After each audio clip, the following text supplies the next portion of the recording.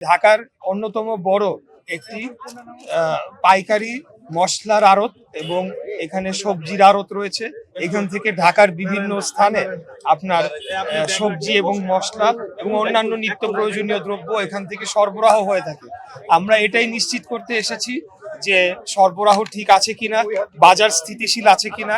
আসন্ন এই রোজার মাসে আসন্ন ঈদকে কেন্দ্র করে আমাদের এই মশলার আড়ত এবং এই পাইকারি বাজার সেখান থেকে সরবরাহ সঠিকভাবে পরিচালিত হচ্ছে কিনা এবং কেউ কি অবৈধভাবে কোনো মজুতদারি করে অতি মুনাফা লাভের চেষ্টা করছে কিনা, এই বিষয়গুলো মনিটরিং করার জন্য আমরা ওনাদের সাথে এসেছি। এবং আমরা যতটুকু দেখতে পেরেছি বাজার মোটামুটি স্থিতিশীল রয়েছে।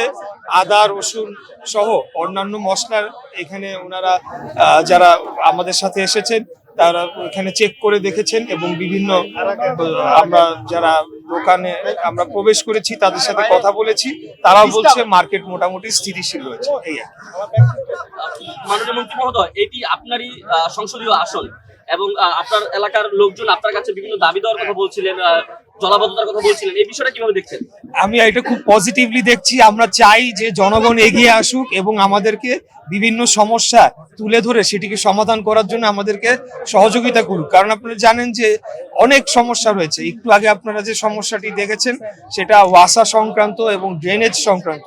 তো আমাদের এখানে তো অনেক চিপা এবং ঘিঞ্জি এলাকা, এখানে যদি জনগণ এগিয়ে এসে তাদের সমস্যাটি আমাদেরকে তুলে ধরে তখন আমরা তাৎক্ষণিক মানে রেলেভেন্ট অথরিটিদের সাথে কথা বলে এই সমস্যা নিরসনে আমরা উদ্যোগ নিতে পারি, কার্যকর উদ্যোগ নিতে পারি। তো আমি এটাকে খুব ভালোভাবে দেখছি। আমরা যেদিন থেকে দায়িত্বপ্রাপ্ত হয়েছি তার পরের দিন থেকেই কার্যক্রম শুরু করেছি।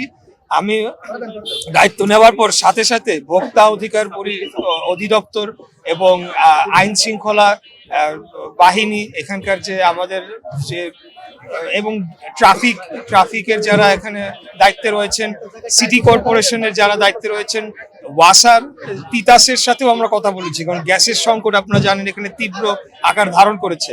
তো আমরা ধারাবাহিক মিটিং করে চলেছি। হয়তো 2-1 দিনের মধ্যে আমি একটা প্রেস কনফারেন্স করে আমার প্রথম 10 দিনের কার্যক্রম আমি কি করেছি, কাদের সাথে মিটিং করেছি, কি কি সমস্যা উঠে এসেছে, সবগুলা মিটিং এর মিনিটস আমাদের কাছে আসে।